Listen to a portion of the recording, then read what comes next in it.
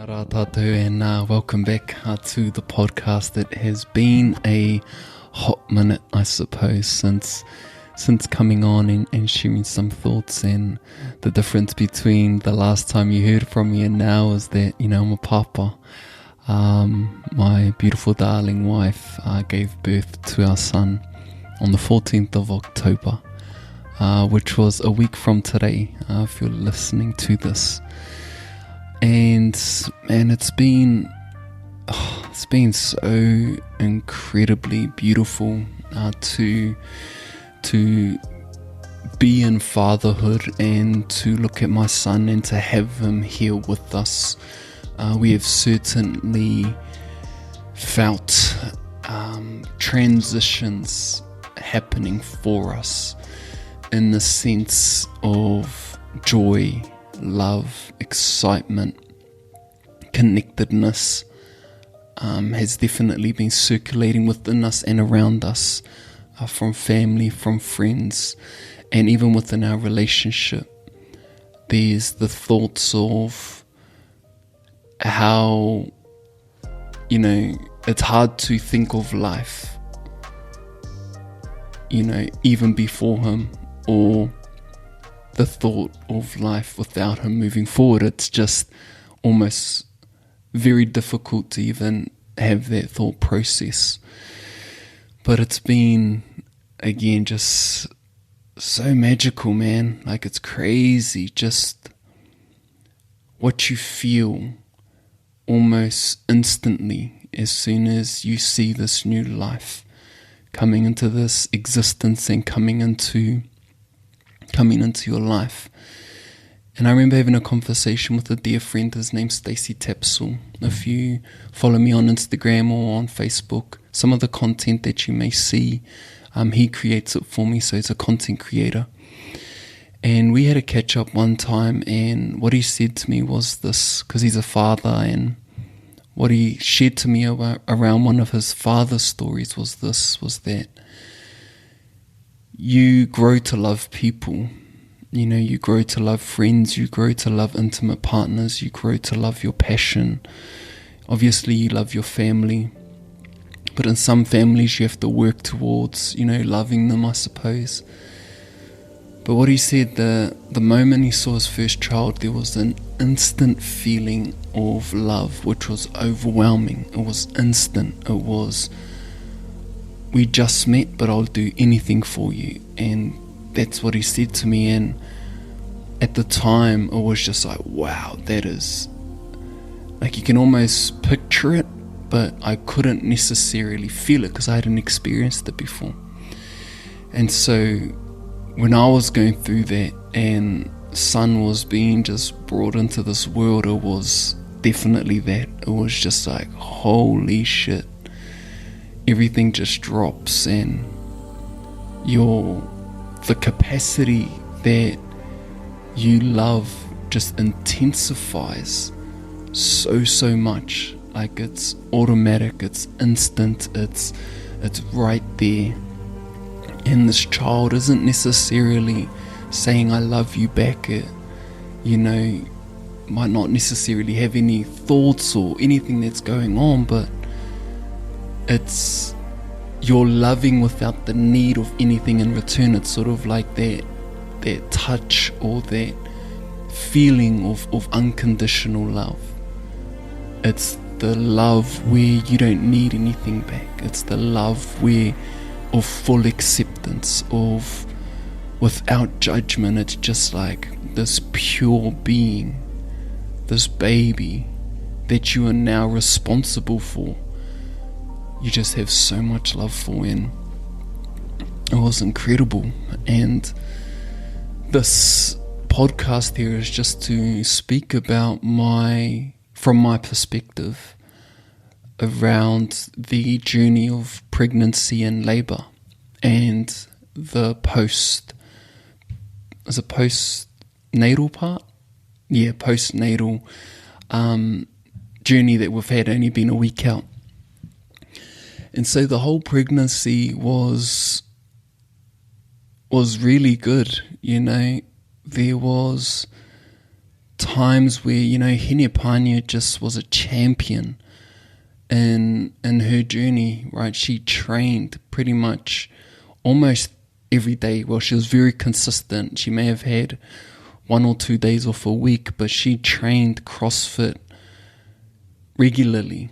And she only stopped 2 weeks before baby was born. So, she was just in this phase of looking after herself, and me witnessing that and seeing what she was doing and just what she was doing for herself to fill her cup up. It was just incredible to see.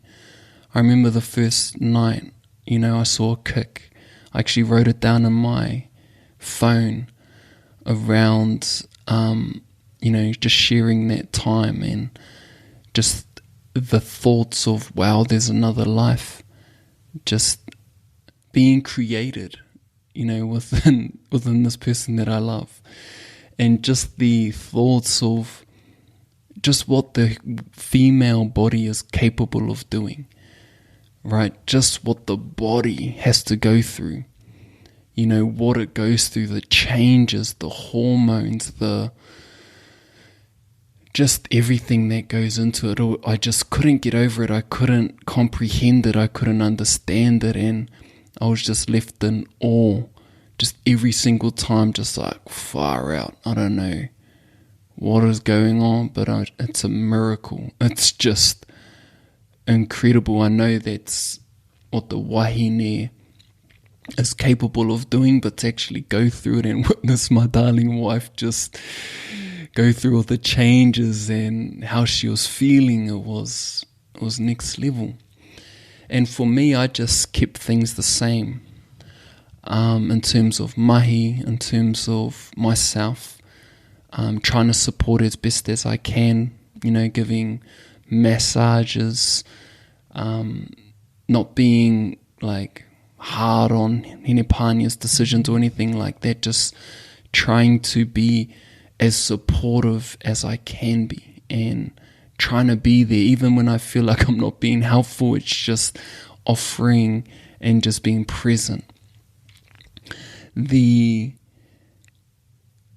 other thing that I was feeling was going into the weeks of the due date, going into the due date, I knew I wanted to be present, and going after the lockdown, we decided to not open up to Puanuku. I decided to pull back on a few of the other responsibilities that I did have so that I could be there going into labour. And there were times where I just felt challenged within that, because there were times where we weren't doing much and I would think about, man, I could be doing this. And I just had to wrestle with that, and not wrestle with it, but almost sit with it. And coming out the other side, I'm so glad that I didn't overwork, which is something that I do and oftentimes enjoy to do. That I didn't overwork, that I just really put a lot of my energy and time into just being a husband, into just supporting, into being present, even if we weren't doing anything.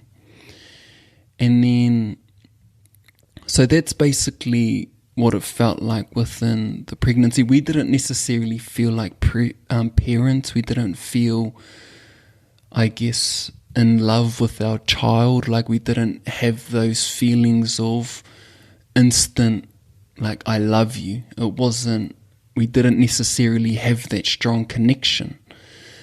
Pānea says that, and I say it, we didn't necessarily be like, we're a family. We didn't have that feeling. But we knew, obviously, we were going to be, but it wasn't as strong for us. We just tried to keep things as regular as possible. We're very bad at organising ourselves. We just let that flow as it did. Getting the room set up. We moved house in that time, which I'm so thankful that we did do. We had our own space to bring our baby home to. And then going into the labour part of it, where she was first getting contractions and starting to feel pains and going through all of those things. And the one thing that I feel really deflated us going into this process was that we had our minds fixated on babies coming on a particular day, right? Because we're 9 days overdue. And when you have all of your eggs in one basket and thinking like, your baby's going to come on this day and he doesn't come, it was very hard to sort of, I guess, re-energize ourselves, to stay motivated, to stay inspired, to stay relaxed, because, Hinepanea is going through her things of, she's just been carrying this child for 9 months and she's ready. She's in a space of wanting to be a mama, wanting to bring our baby into this world and wanting to essentially have her body back, right? She was ready just to pour into herself, to get herself back into that space.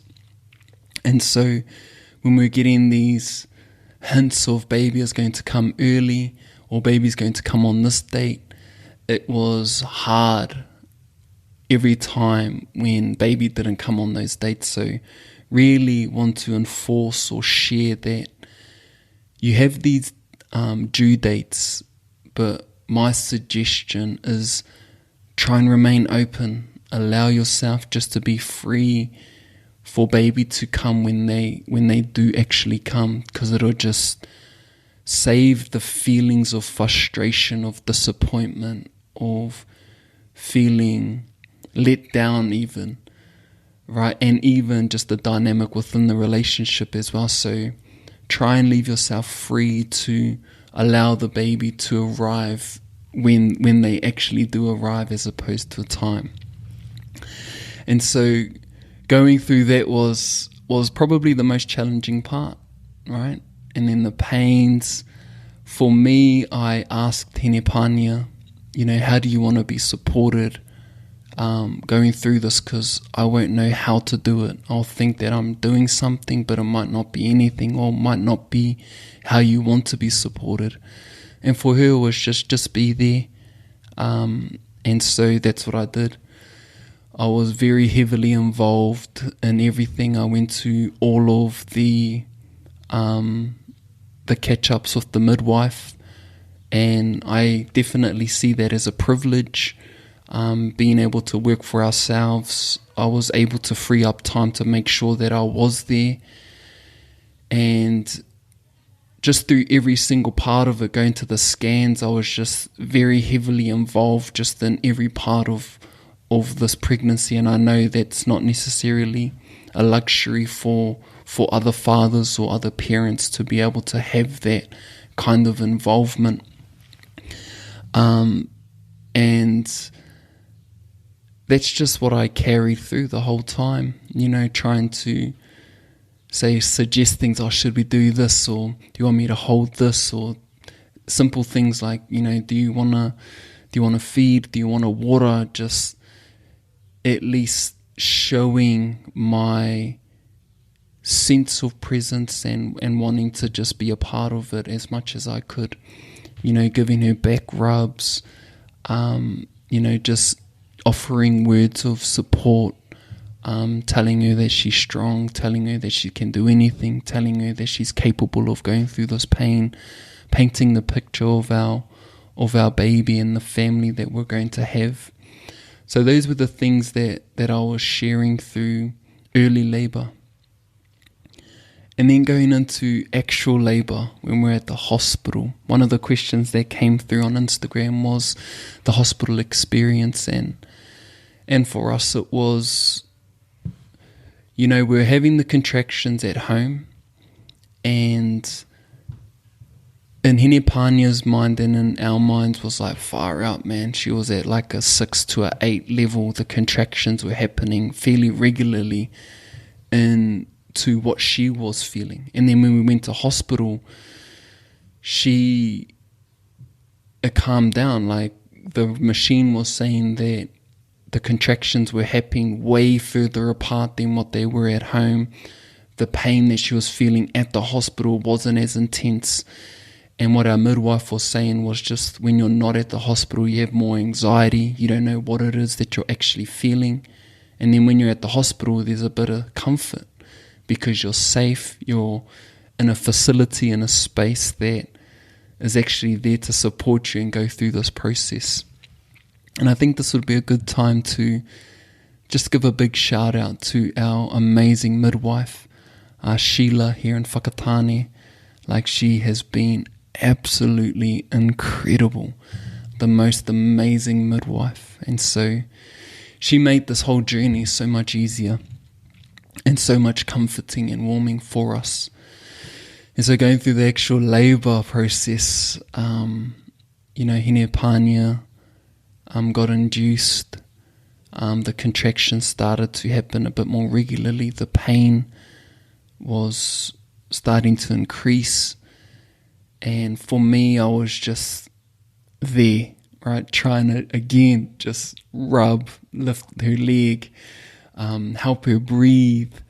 And it even got to a point where, man, I was looking down there. I was down there, like, trying to just see what was going on. What am I looking out for? Trying to help the midwife. Is there anything that I can do? Her mum was also in the room with us. And about 4 hours before baby was born, our midwife had to change. She had to leave because she was working a double shift and she hadn't slept almost in 2 days because she delivered a baby the day before. And so she had to change. So we had to adjust to a new midwife, which was very hard. It was hard to, I guess, adjust to that change, to that change up. But we just done our best that we could. We trusted, what was going on. And it was just getting to those stages. And again, Pānia just got to a stage where she was just very upset. She just started to cry. She was just in all of this pain. She just wanted it to be all over. She wanted extra help. She wanted, baby to come out. She was screaming out all these things like, I don't want another baby. I wish I had a C-section. All of these kinds of things were happening because of the space she was in, the amount of pain that she was going through.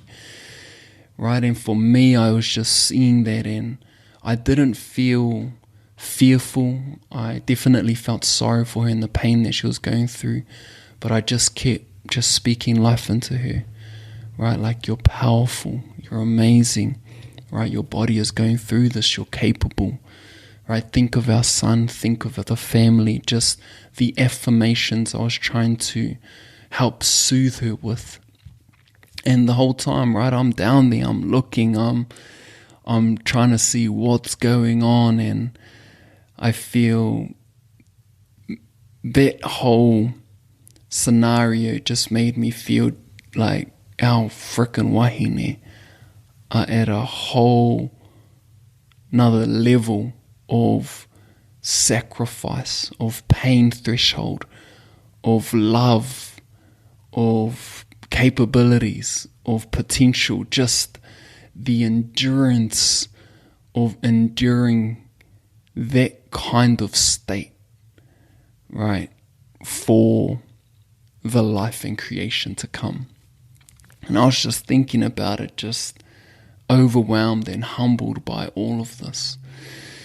And then we just got to the last hour or so, and Hinepanea just started to fully dilate, and I saw, our son's, the start of his head, starting to make an appearance, just seeing it just come out and then go back in, come out and then go back in. It was just like, wow, just overwhelming, just what I was seeing, and the whole process from baby going through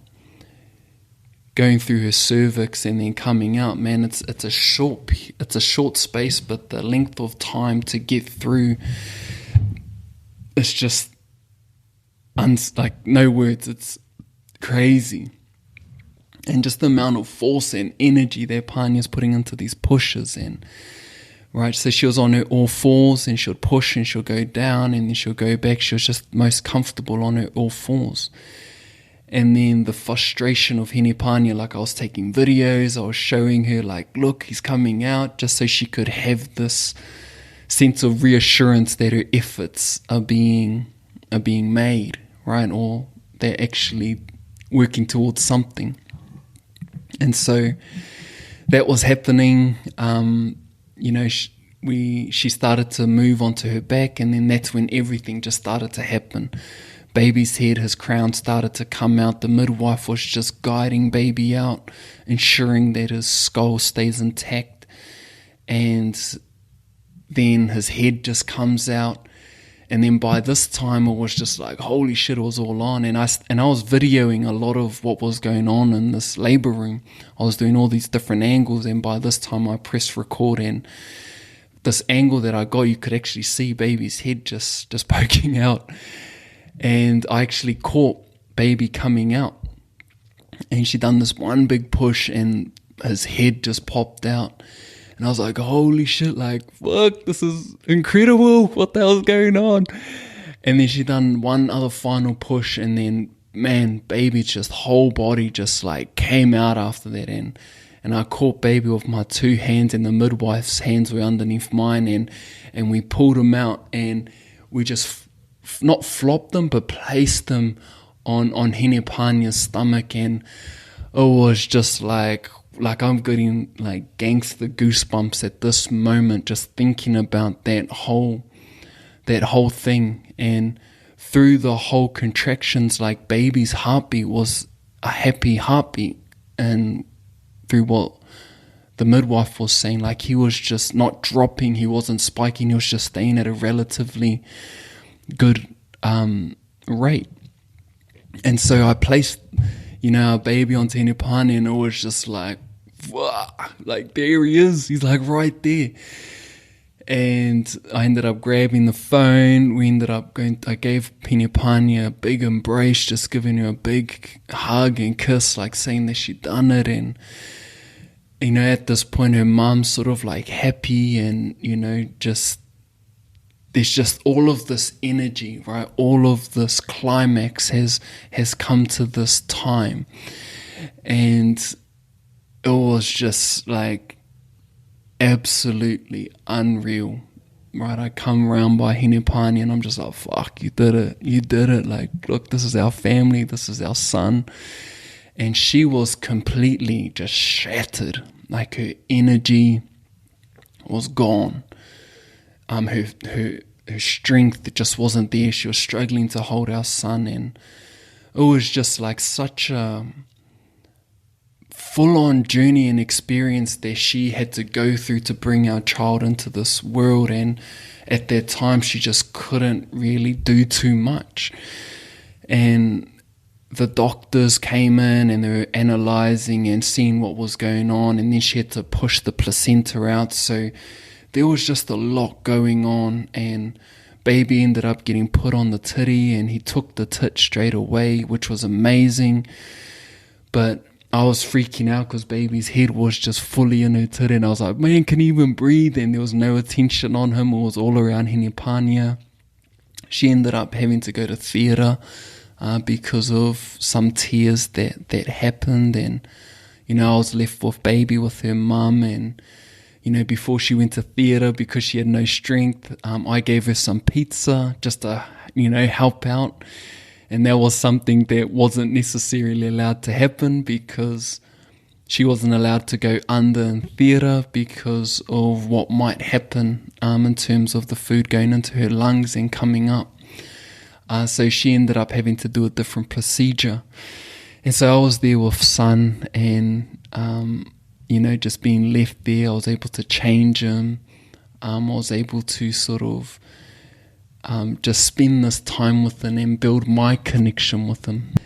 And this right here was just crazy. Like, it all just happened so quick. The labor was 27 hours if we include pre-labor.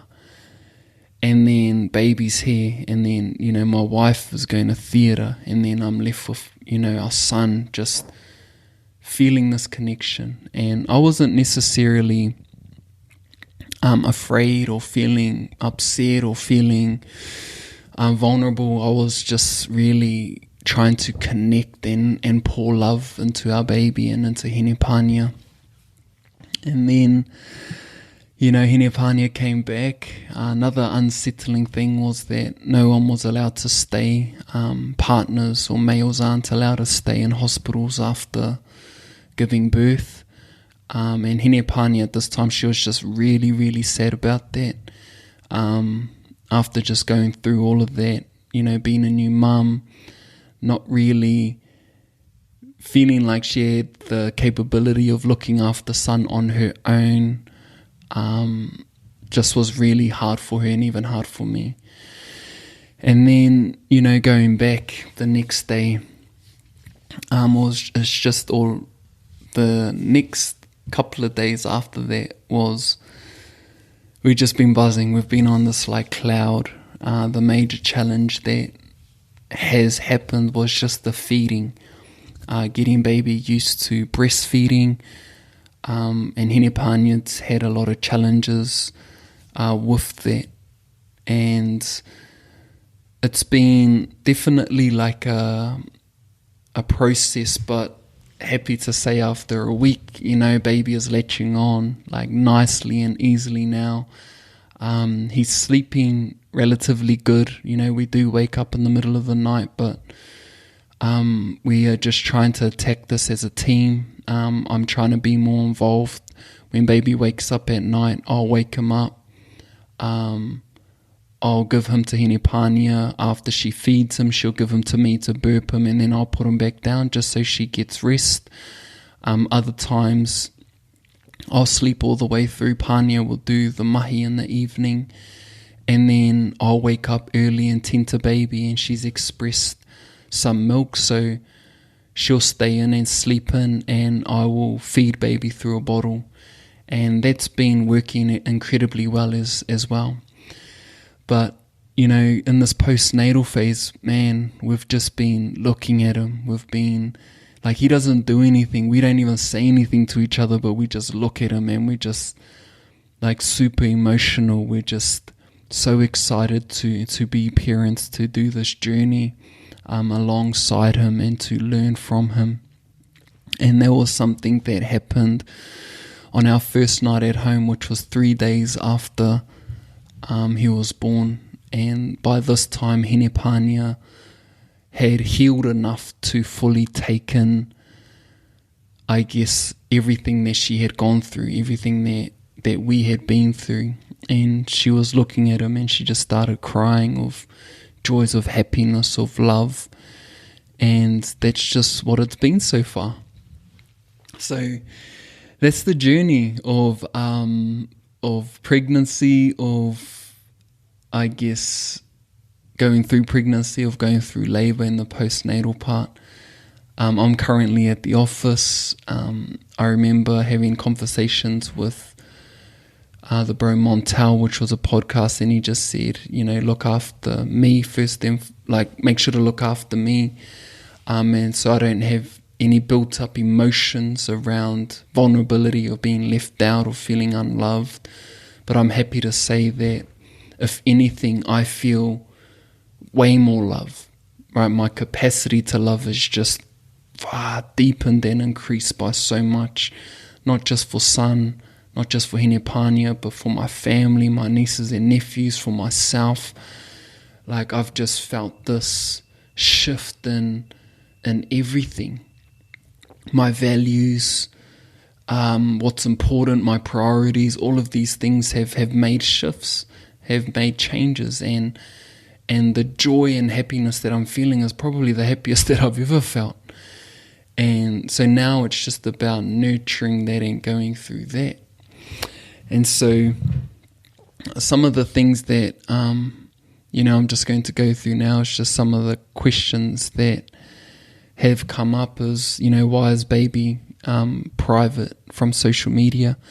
And the reason being is it's his identity, and for us to share that would almost be taking that away from him in some way.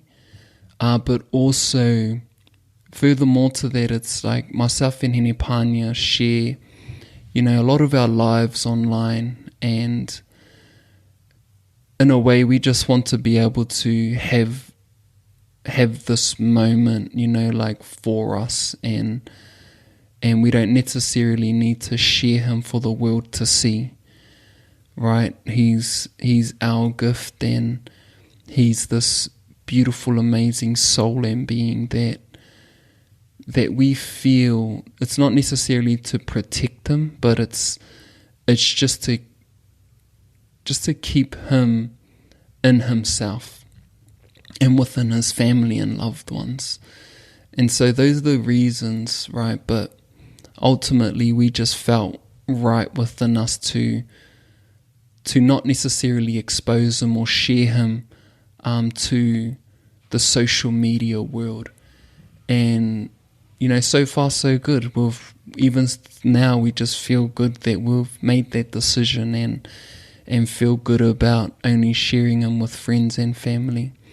So those are the reasons as to why. So yeah, these are the things, and I'm just looking at questions as I'm talking. Sorry, I should have wrote some of them down. But what I feel as a takeaway, I suppose, for Tāne is, for new fathers, is to try and be involved as much as you can. Even if you feel you have to be the protector and the provider, man, presence is what I feel is important, and it might be different for other people. But just trying to be there, be a part of it, man. Go down there and have a look when your baby is coming into this world, and just see and observe like what your partner or what your wahine is going through, to elevate your respect and value and love for them.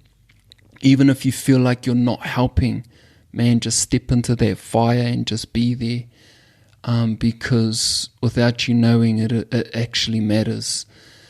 The other thing is don't put, again, a time frame on when your child will arrive. Just go through the process, be present, learn breathing techniques. One thing that me and Hinepanea did do was we tried to release any trauma, any feelings of hurt before our baby came, to try and prevent that intergenerational trauma being passed on to him. We didn't get rid of everything, but we felt very good about what we were able to let go of. So that was something that we did take responsibility of. But he's teaching us so much already, and he's got a Māori name. He will be raised in Te Ao Māori, hopefully, as I learn more about that. He is going to be raised without any animal products at this point. That may change in time.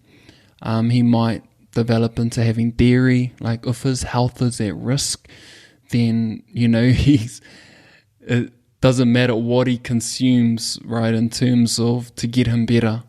That just doesn't become relevant at all. It'll come to a point where if he wants to make his own decisions, and then that'll happen. Or if we change the lifestyles that we are living, he'll naturally change and progress with us in that direction. But for the most part, it's just about him building a stronger connection to his mama, to the nutritional source of his mother's milk, before diversifying into anything else at this point. So that's where we're at. That's the journey of me being a father. I feel happy, I feel better, I feel more purposeful, more driven, more grounded. And I feel the things that I once was in pursuit of doesn't necessarily matter for me at the moment. Man, the level of happiness that I feel just with my family and the house that we're in, what we're doing, man, it's legit enough at this point in time.